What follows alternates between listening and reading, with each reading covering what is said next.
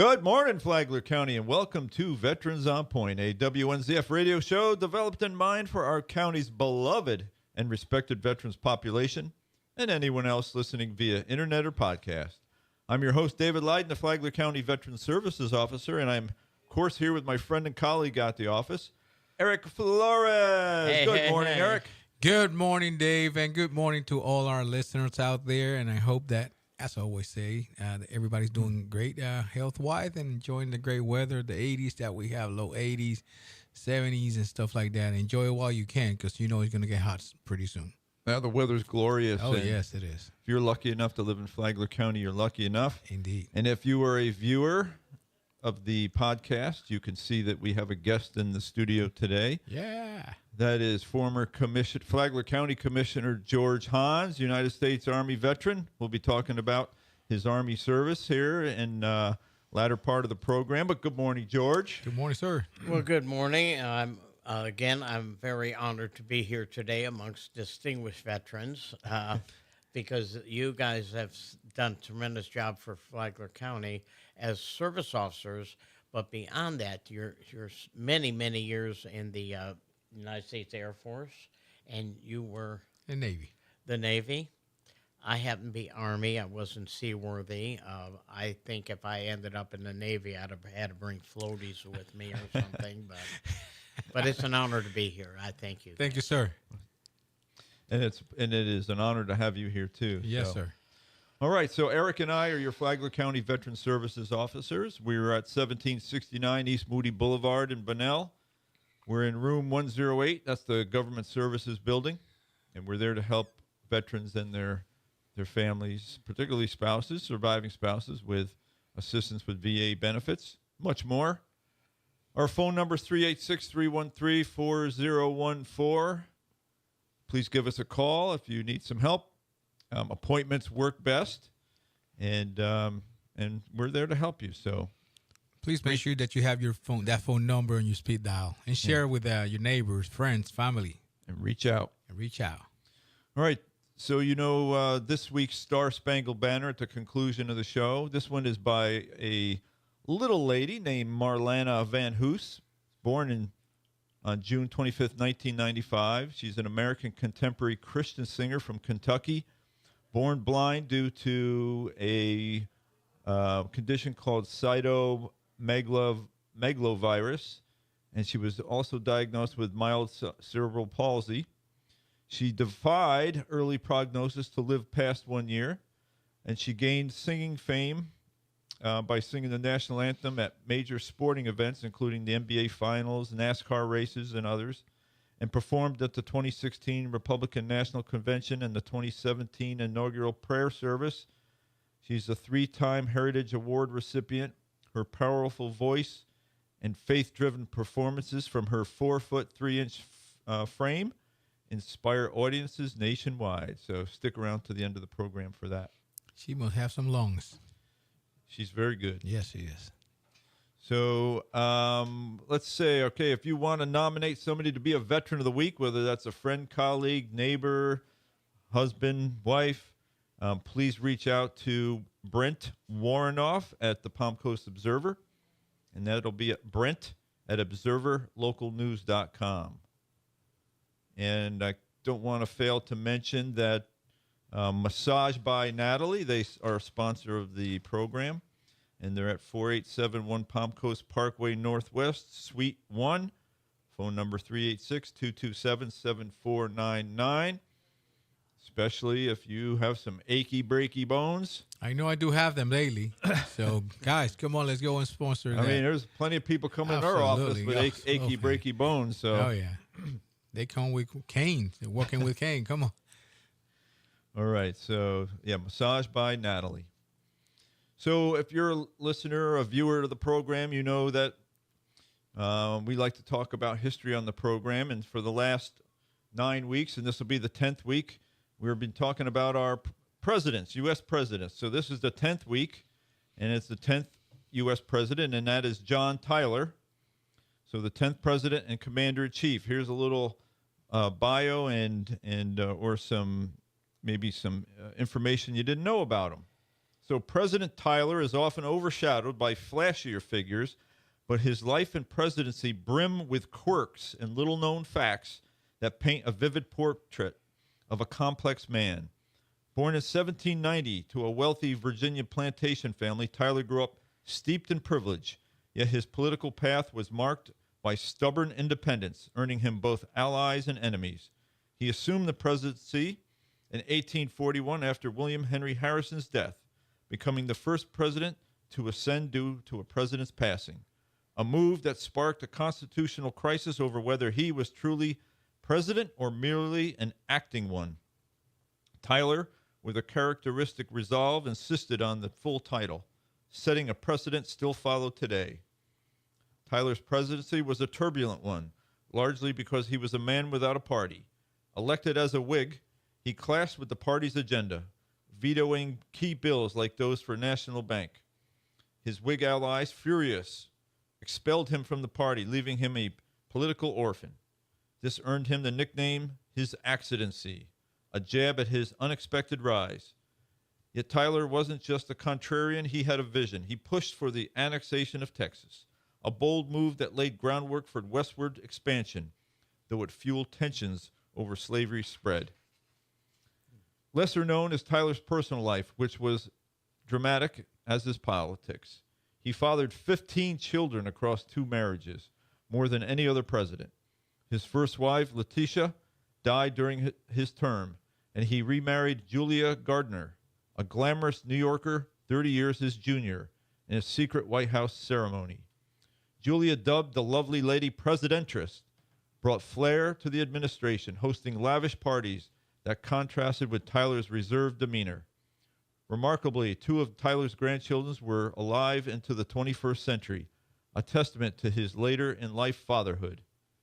His son, Lyon, born when Tyler was 63, had children even later, creating a generational bridge spanning over 2 centuries. Tyler's post-presidency is equally intriguing. After leaving office, he retired to his Virginia estate, Sherwood Forest, a name he chose to cheekily nod to his political outlaw status.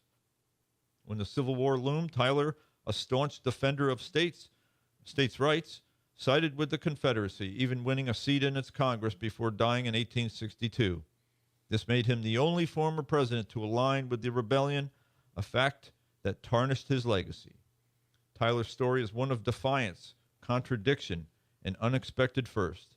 From his precedent-setting ascension to his sprawling family and Confederate leanings, he remains a president whose life defies the history books. Margins, a veteran's aristocrat who charted his own, often lonely course. So that's our 10th president.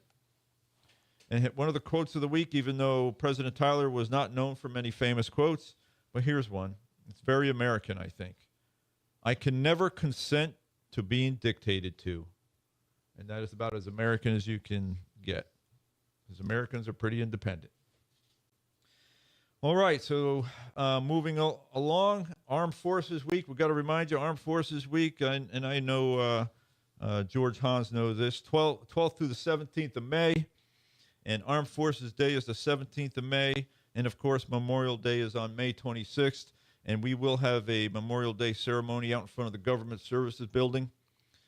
That's at 1769 East Moody Boulevard, and our guest speaker that day will be Captain Mark Schreiber.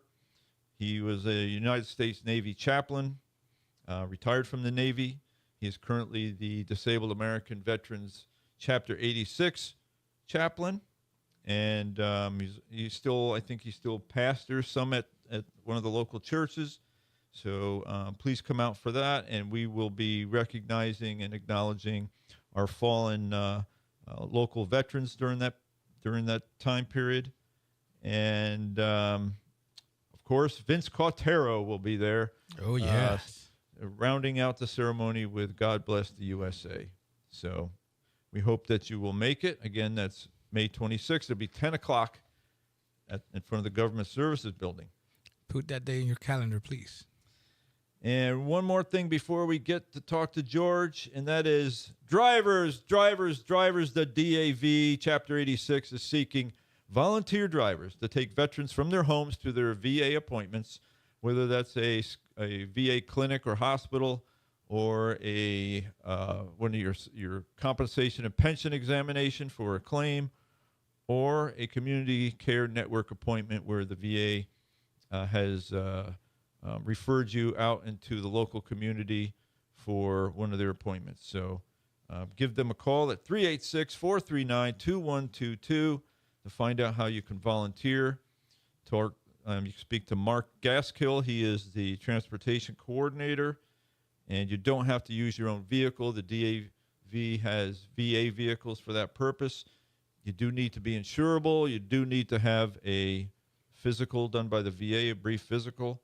So find out how you can be a volunteer. It is a worthwhile program. It helps a lot of veterans. It's being used more and more now, and so they do need some extra drivers, and they are working on getting a fourth vehicle. So check it out.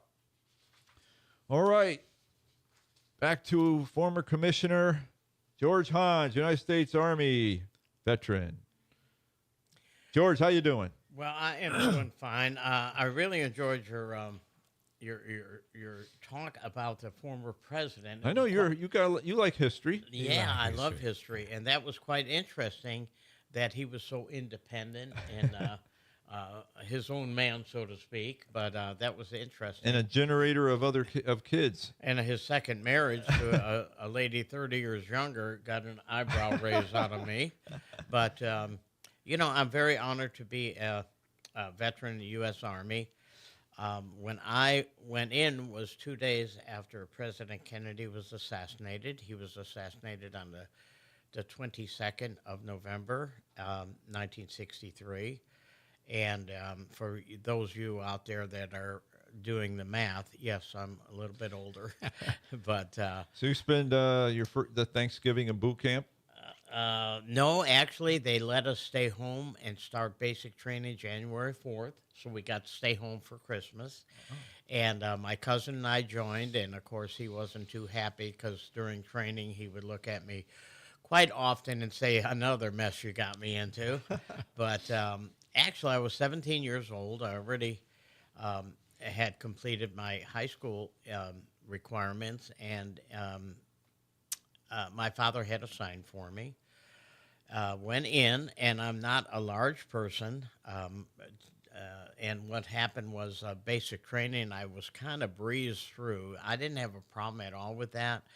They spent so much time hollering and, quite frankly, cussing and kicking those that were drafted that were 28 and 30-year-old men. And it was kind of interesting because I didn't really have a problem with the physical part of it. I grew up working in my father's meat market, so we already had pretty good muscles, if you will. But my first assignment, I went over to, right from basic training, they sent me to what they call Leaders Preparation course at the Non-Commissioned Officers Academy. They believed that I had some type of leadership skills, which I didn't know I had. But at the same time, I got to Germany. We took the USS Buckner over. That was a troop ship. We left out of Brooklyn Naval Yard and got to Bremerhaven, Germany, some 9.5 days later.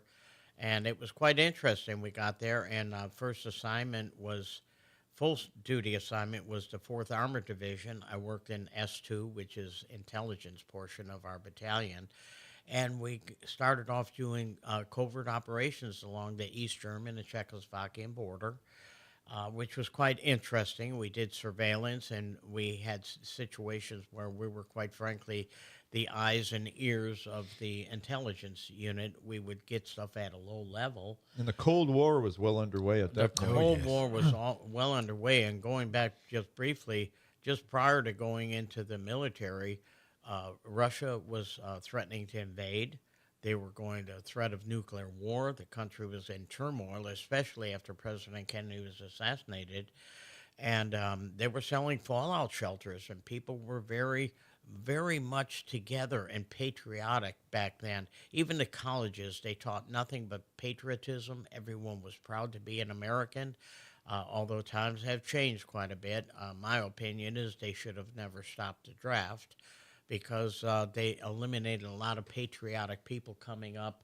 Those of us that barely get through high school and go in the military for the first time in your life, you have responsibility. You learn about teamwork. You learn how to work alone. You learn so many things. I was just honored to be part of it. A lot of our work was through agencies like the Army Security Agency, which no longer exists. It went into full Army intelligence, but we got our assignments pretty much from them, and it would come down where we'd have a assignment at border camps all along the East German and Czech border. Many times we would be in villages and dressed in civilian clothes as if we were a tourist or something, and we would listen to conversations people were having. So we used to call each other Snoop sisters, but Eavesdroppers. we would listen, and it's amazing how much intelligence you can gather at a low end and pass it along to higher echelon. And they did quite a few different things that were interesting. It could have been dangerous at times, but when you're 17 years old and you're out of the house, it's like, yes, I am a soldier. Plus, you do what you're told to do. So you do what you're told to do, which is your mission. And it was quite interesting because I ended up getting advanced quite regularly. At 19, I was a buck sergeant, and we competed with many other people that were also vying for their stripes, if you will. But I was just fortunate in meeting so many important people. Many of the people I have met, Billy Jones, for example, he was commander of the 7th Cavalry in Vietnam, and I was attached to do an Army intelligence gathering, surveillance, if you will, with the 7th Cavalry, and they were disbanded and sent to Vietnam, and we met here in Palm Coast, and we were comparing, and he says, you were with the 7th Cav. I also served with the 2nd Armored Cav, the 3rd Armored Cav, the 11th Armored Cav. We were attached, we called it TDY, temporary duty. But what was nice when we were on assignments, whether it be along the border units or Berlin, we would get foreign duty pay. We'd get hazardous duty pay. And it's a shame because I always thought it was not right. Those that were just in villages and towns throughout Europe, they never got foreign duty pay. The only time they would get it is if they're on an assignment, like where we had loaded ammunition and things. We weren't just checking oil in the motor pool and doing what so many of them were doing, or marching and doing all that. We were exempt from all that. We were kind of prima donnas. When we get attached to a different unit, let's say at Camp Pittman, for example, it's along the Czechoslovakian border. That was with the 3rd Armored Cav, whoever had that assignment at the time, and they would try to put our people on the duty roster, and we say, no, we're exempt from that. And we had a phone number, and we actually would challenge it. When I became an E5, I was platoon sergeant of our unit, and the orders would come down, and it was like for your eyes only, and I go to battalion headquarters, and we'd say, this is where you're going to go, and we'd go there, and we'd report for duty, and I'd come in there, and sometimes my reputation preceded me, and they pictured Hulk Hogan coming in or something, because I had a lot of good things said about me, and I'd walk in there, and I'd say, Sergeant Ham's reporting for duty, and he's like, oh. Like I was expecting someone else, but it was interesting. I always reflect on that. People, people, it doesn't matter what stats you are or what you look like. Mm-hmm. I mean, it's what you do with what God gave you. Well, I grew up in a Italian family that was also Scottish, Dutch, Cherokee Indian. So half the kids in the family could be 6-foot blondes or redheads with green or blue eyes. I picked up all the Italian genes, but my older brothers used to say, well, someone had to cook. But, but I always had fun with it because I told my tall brothers that, you were adopted. That's why you're so tall. And they'd be like, stand up when you talk to me, boy, I think you mentioned cooking. I think you're a good cook. I see. Oh, yes. I mean, specialties are lasagna and different Italian dishes, and I've donated them to Carver Gym for their auction many times and things like that. But I was very blessed, and because of the Army, it matured me to the fact where I could make a difference. And I always believed whatever I would do, I want to make a difference. I don't just want to be a participant. I want to be involved and make a difference. Unfortunately, I got married, and unfortunately, it didn't work out where I had to raise my children as a single parent.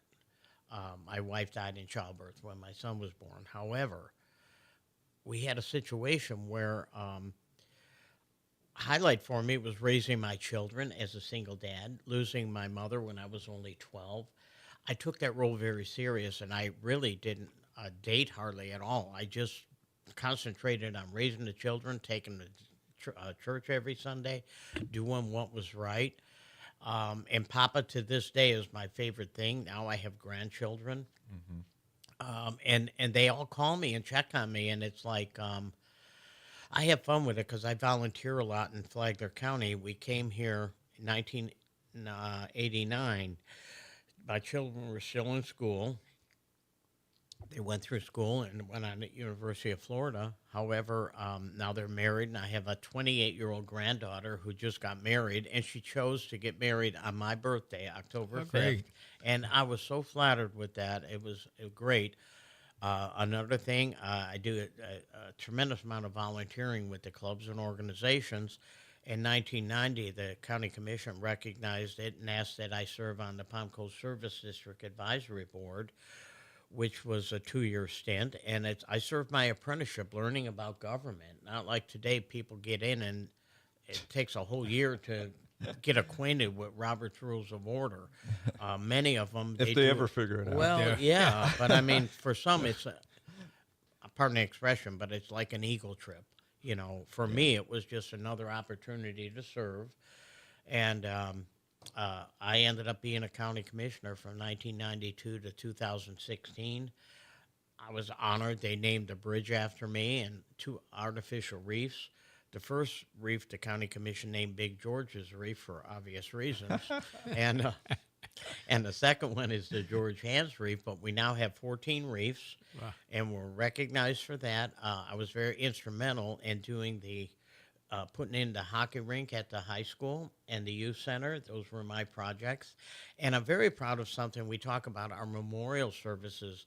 And our veteran services at the memorial in front of the government services building. That was my project. We got donations to do that. It was built to resemble the one at Camp Landing, and that was my project. And it didn't cost the county taxpayers anything other than our Road and Bridge Department installing it. That got the money from the city, I think, right? We got, yes. Thank you for saying that. You know, we always worked well with the city as long as we were helping them with funding. However, the city of Palm Coast donated $5,000, and I was very impressed with that. I mean, I thought it was good, and I did away with the voodoo dolls and everything like that. But we work well with the city of Palm Coast. They do well. I often thought about running for office again one day, and I had friends that were going to be very dedicated, and I stepped aside so they could run. Like, for example, Pam Richardson.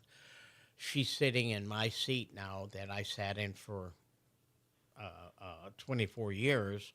And, of course, I jokingly said to her, you know, I warmed it up for you. And she says, yes, but I made it hot, you know.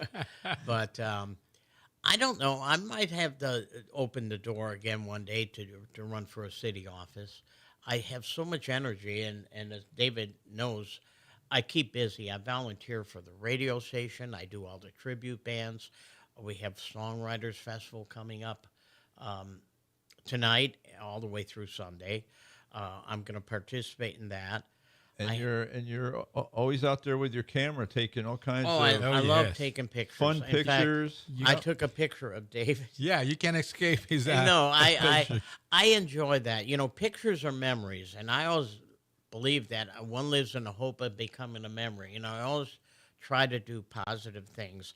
I don't think I've ever done anything improper in my life that I care to discuss, but but the thing is, I've been a widower for many years. I had a lady friend, more than a lady friend, Sophia. We were together 25 years. She passed maybe going on 10 years ago, you know, and I hardly date, but what I really enjoy is I have so many friends that all I got to do is say, who wants to go out to eat? Who wants to go to a movie? I see you on Facebook all over the place. Well, I just keep busy, and I take pictures, and I'm always honored because beautiful women like taking pictures with me. And my daughter made a comment, Papa, them women really sit close to you. And I said, well, they couldn't help themselves, you know. So I just like to get her going, you know. But I'm honored. Yes, sir. George, I wish we had more time for the show to talk to you. It's been fun. I knew it was going to be fun. Well, I enjoy being honored to be involved because so many of our veterans. You may be short in stature, but you've been huge in impact. Very big. Yes, indeed. yes, and that's I do make a definitely a difference. I even skydived for the air show several times to promote Flagler County, and obviously I didn't perfect the landing, so I'm a little shorter in stature. You know what I did, because I was so excited to talk to you today. I forgot my League of Loyal Listeners. I usually go down and yes. I'm sorry. No, not at all. But Billy Jones is the league. He's the leader of the League of Loyal Listeners. He's one of my heroes. Yeah, and then we can't forget Master Chief Dan, his wife Kay, and of course Jeff Kingdon, the Flagler County Veteran Advisory Council chair, and last night we had the Military Service Honor Cord ceremony at the VFW. It was a great ceremony. And Jeff, you did a great job there. Yes, you did, Jeff. We got Talking Tom and Charlie Hanger, and I don't want to forget Dennis Bird. Maybe I forgot him lately because he sent me a note reminding me he's listening. He's still there, he say. We're running out of time, and I'm sorry if I don't get to everybody on the list. But then we remember you guys. I got to let you know that no country, no state, and no community does more for veterans than the United States of America, the great and free state of Florida, the wonderful Flagler County, the lovely city of Palm Coast, and all of our beautiful beach cities. Be a victor, not a victim. Be educated, not indoctrinated. And most importantly, be kind to someone today, or many someones. George, any final thoughts? Yes. I'd like to, for a future visit, if you will, I would love to come and discuss a dear friend of mine who's long deceased, Elliot Williams. Elliot Williams is a member of our local VFW. He was a Congressional Medal of Honor recipient, and he was a river rat in Vietnam. That's where he earned his Congressional Medal of Honor. But I'm going to ask you guys if you would look under Google and put James Elliot Williams. I have looked that up already, so story I'm is familiar. There. He was the United States Navy's most highest decorated war veteran in the history of the United States Navy. He was a personal friend of mine. And Billy Jones used to drive him to the VA appointment. Billy Jones did, and I also did. Also, okay. But anyway, with the I forget the name of the newsletter for the American Legion. Anyway, I think it's just called the Legion. Well, it was originally named after a World War I veteran who was a member, and I used to take him to his visits, and he was the last local person, World War I. But I've been very honored to have friends like that, but I would love to discuss. We'll have you back, and we can talk all about Elliot. When he passed away, they named a destroyer after him called the James Elliot Williams. That's right. So, I mean, I'm just honored to meet such distinguished veterans that served above and beyond, and many of them are walking casualties, if you will. Yes, so sir. I was very blessed. I never had a Purple Heart. I had my heart broken twice, but that's another story. That's another story. Well, we'll have you back for that. That'll be very interesting to talk about. It's good. Reminiscent of what you described about the... even if I'm not able to be here, if you looked it up and just did it in a segment, like when you talk about the president, it's just fascinating. I was just honored to be a friend. Okay. Right. All right. Well, thanks for listening, folks. We'll be back with you next week. Thank you guys for listening and watching to our show and podcast, and we'll see you next week. Bye-bye.